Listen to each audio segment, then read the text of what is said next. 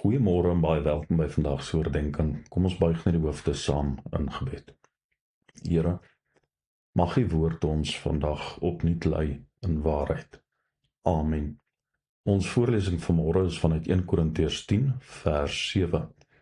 Julle moenie afgodsdienaars word nie, soos sommige van hulle oor wie daar geskrywe staan, die volk het gaan sit om te eet en te drink en het opgestaan en hulle aan uitspattighede oorgegee.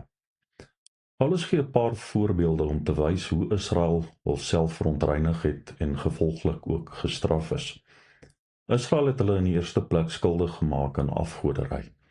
Paulus verwys na die tyd in Eksodus 32 waar die Israeliete 'n goue kalf gebou het en die pad byster geraak het. Hulle het toe almal gesterf. Die waarskuwing is om nie aan heidense godsdienstige feeste en maaltye deel te neem nie. Dit gee aanleiding tot afgoderry. In die lig hiervan maak hoofstuk 8, wat praat oor die eet van afgodsoffervleis, ook vir ons meer sin. Dit dien as 'n waarskuwing om nie afvallig te word nie. Dit is dieselfde beginsel as die padda in die pot. Hy swem al te heerlik, al in die ronde, in die pot rond, terwyl hy salig onbewus is dat dit al warmer en warmer word.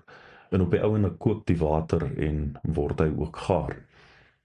Daar waar mens kompromie aangaan met die sondige wêreld, swem jy in die pot van afvalligheid, wat jou deur duur te staan gaan kom op 'n langtermyn in jou lewe.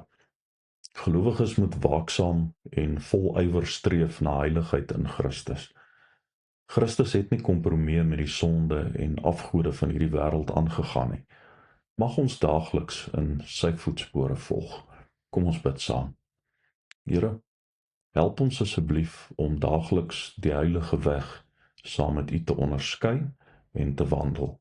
Amen.